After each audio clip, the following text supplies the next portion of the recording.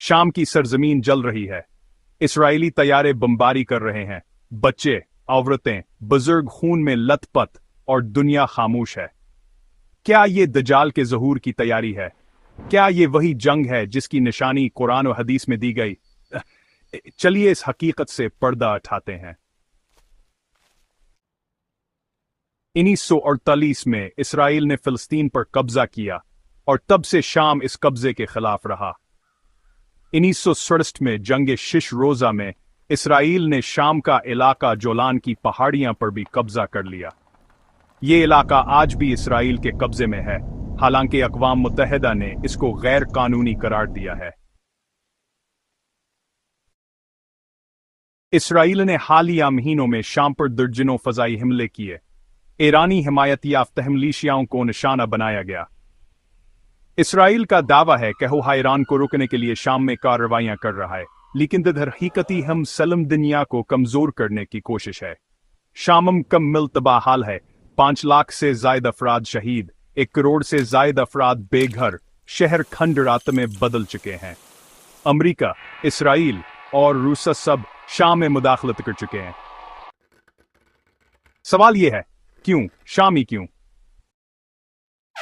रसूलुल्लाह सल्लल्लाहु अलैहि वसल्लम ने फरमाया, क़यामत इस वक़्त तक नहीं आएगी जब तक तुम रोमियों से ना लड़ लो, और ये लड़ाई शाम की सरजमीन पर होगी। ये हदीस सही मुस्लिम में बयान हुई है। ये हदीस शाम को आखिरी जंगों का मरकज करार देती है। उलमा फरमाते हैं कि शाम में होने वाली जंग अल-मुल्हम अल-कबरा यानी सबसे बड़ी आलमी जंग की तमहीद होगी।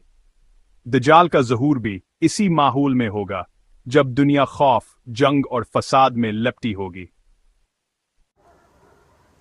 इसराइल का असल मंसूबा किया है? बैतुल मुक़द्दस को आलमी हुकूमत का मरकज बनाना, हैकल सलीमानी यानी टेंपल ऑफ सोलोमन को दोबारा तामीर करना और दज्जाल को मसीहा की हैसियत से लाना। हजरत अली अस्सलाम ने फरमाया है कि जब बैतुल मुक़द्दस आबाद हो जाएगा और शाम वीरान हो जाएगी तो एक बहुत बड़ी जंग शुरू होगी। यहूदियों का यह अकीदा है कि इनका निजात दहिंदा यानी फॉल्स मसीहा या दज्जाल आएगा और पूरी दुनिया पर यहूदी हुकूमत कायम करेगा। दारजी कौम, जो कि शाम, लबनान और इसराइल में आबाद एक फरका है, बज़ाहिर मुसलमानों जैसी है, लेकिन उनके अकायद खफिया रखे जाते हैं।